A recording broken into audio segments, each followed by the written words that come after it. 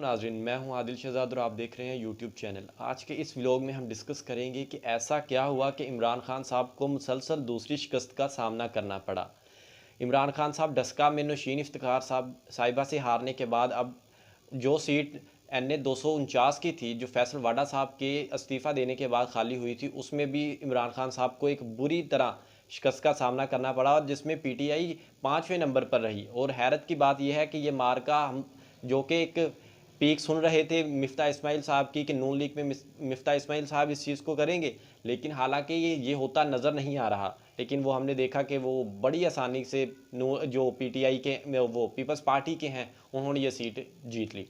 ऐसा क्या हुआ कि इमरान खान साहब, जिनका 1.5 करोड़ का वोट बैंक था इस पाकिस्तान में, वो मुसलसल दूसरा ज़मनी इंतखाबात हार गए। ये ऐसा कैसे हो गया? ये इमरान खान साहब के लिए एक लम्हा फ़िक्रिया है, उनको सोचने की ज़रूरत है इस चीज़ पर।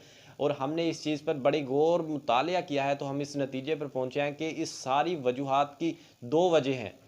जितना भी इमरान खान साहब अब तक फेल हो चुके हैं ज़मनी इंतखाबात में, 2 मुसलसल हुए हैं, उन दोनों में इमरान खान साहब नाकाम हुए हैं। डस्का का इलेक्शन आप ले लें या कराची में NA 249 का इलेक्शन आप ले लें, इमरान खान साहब को मुँह की खानी पड़ी है। इसकी जो मेन वजह है ना, वो है अवाम इमरान खान साहब से बदज़न हो चुकी है। इमरान खान साहब महंगाई की शिद्दत को कंट्रोल नहीं कर पा रहे और अपनी गलत पॉलिसियों की वजह से जितने उन्होंने अवाम को सब्ज़ बाग दिखाए थे ना, उनको पूरा करने में इमरान खान साहब इतने कामयाब हमें नज़र नहीं आए। तो अवाम काफ़ी हद तक मायूस हुई है। और अगर हमने जो इस चीज़ का सर्वे निकाला है, अगर पाकिस्तान में आज इलेक्शन हो जाते हैं, पूरे पाकिस्तान में इलेक्शन होते हैं, तो इमरान खान साहब को एक शिकस्त का सामना करना पड़ेगा। इन 2 मार्कों ने, NA 249 ने और डस्का के इलेक्शन ने, यह साबित कर दिया है कि इमरान खान साहब को अवाम ने रिजेक्ट कर दिया है। इमरान खान साहब की इस वक्त की जो कारकर्दगी है, वो इंतहाई मायूस कन है।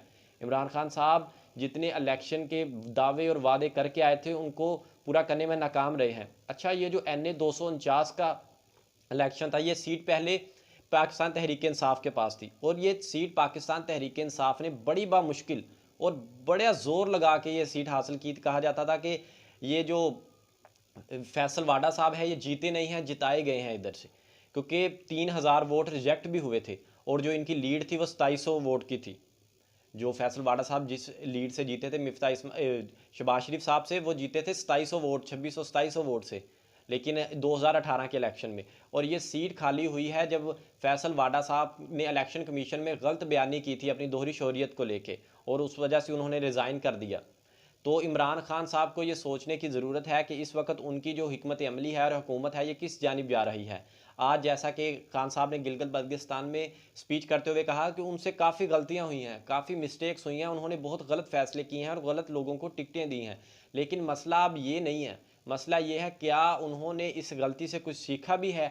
जैसा कि जो पीपल्स पाकिस्तान तहरीक इंसाफ की जो सुपीरियर कमेटी है, जो उनके सीनियर अरकान असम्बली हैं, उनका ये कहना है कि फैसल वाडा, जो कि खान साहब के बड़े लाडले हैं, जिनको नवाजिशें मिलती रहती हैं, तो फैसल वाडा साहब ने ये जो सीट है, इनको ये बात समझाई गई थी कि अगर फैसल वाडा साहब इस सीट को छोड़ते हैं तो पाकिस्तान तहरीक इंसाफ के हाथों से ये सीट निकल जाएगी।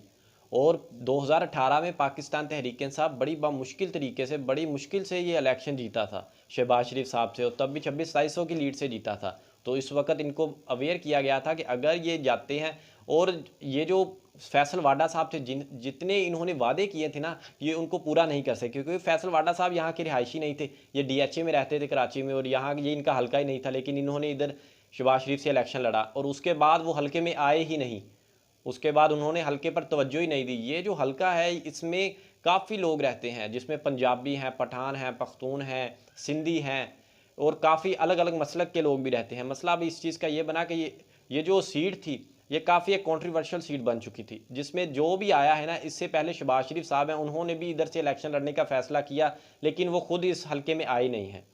अभी जो पाकिस्तान 2018 में जो 6ठे नंबर पर थी सियासी जमात, पाकिस्तान पीपल्स पार्टी ने ये इलेक्शन क्लीन स्वीप किया है, ये जीत लिया है।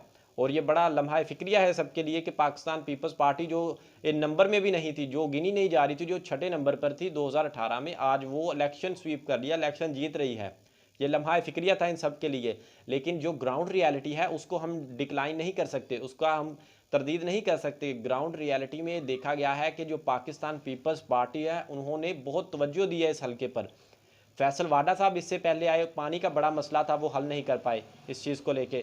मिफ्ता इस्माइल साहब जिन्होंने कहा था, वो भी इस हलके के नहीं हैं, उनका ये हल्का ही नहीं है, लेकिन उनको एक पार्टी की तरफ से कहा गया आपने इलेक्शन लड़ना है, और उन्होंने भी उस सूरत हाल को अच्छे तरीके से टैकल नहीं करना था। इस वजह से फैसल वाडा साहब भी नाकाम रहे इस हल्के, वो भी इस हल्के में आया है तो उसने आके इस अवाम के साथ वादे किए हैं, उनको पूरा नहीं किया। आज आप उसका नतीजा देख रहे हैं कि पाकिस्तान पीपल्स पार्टी जो कि जीत चुकी है, और पाकिस्तान पीपल्स पार्टी की इस दफ़ा जो अवाम थी ना, उन्होंने सबसे ज़्यादा जो यकीन दहानी करवाई है पाकिस्तान पीपल्स पार्टी को, ये करवाई है कि कम अज़ कम ये इनकी सूबे में हुकूमत है, ये तो हमें अप्रोच करेंगे। और उन्हों की जो सबसे ज़्यादा तवज्जो है वो सबसे ज़्यादा इस हल्के की जानिब है।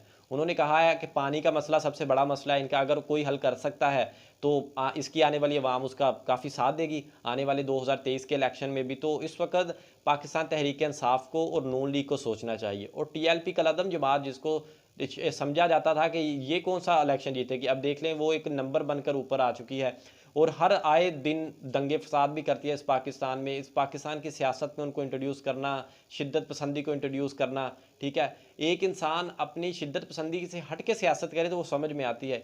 आए दिन दंगे फसाद करना, पाकिस्तान में शिद्दत पसंदी को प्रमोट करना, तो इस चीज़ को लेकर कलअदम जमात TLP है, उन्होंने भी जीत का ऐलान किया है। उनका कहना भी ये था कि हम जीत चुके हैं।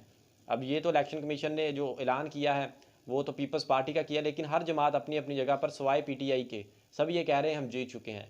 तो अब ये कराची की जो NA 249 की सियासत है, उसने इन सब पार्टीज़ को मिल बैठने कर एक सोचने की तरफ गामजन किया है कि कहाँ पर गलतियाँ आ रही हैं, और आने वाला 2023 का इलेक्शन हम किस जगह पर खड़े हैं।